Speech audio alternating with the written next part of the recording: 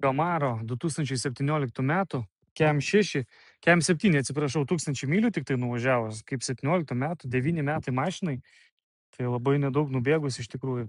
Parsiduoda draudimo, lapkričio 28 bus aukcionas, kaip matot, yra kabrioletas, priekis ir šonas šitas yra sveiki, padanga išsileidusi, galas taip pat sveikas. O pažeidimas yra vat į šoninę dalį. Tai yra sparnas, padanga, diskas, durys.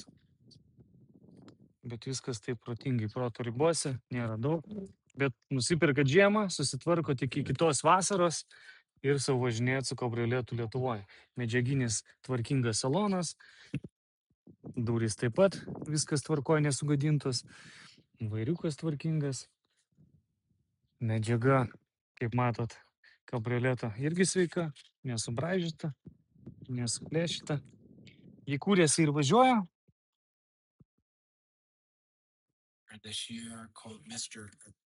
Išsiveda iš vis be problemų. Viskas veikia.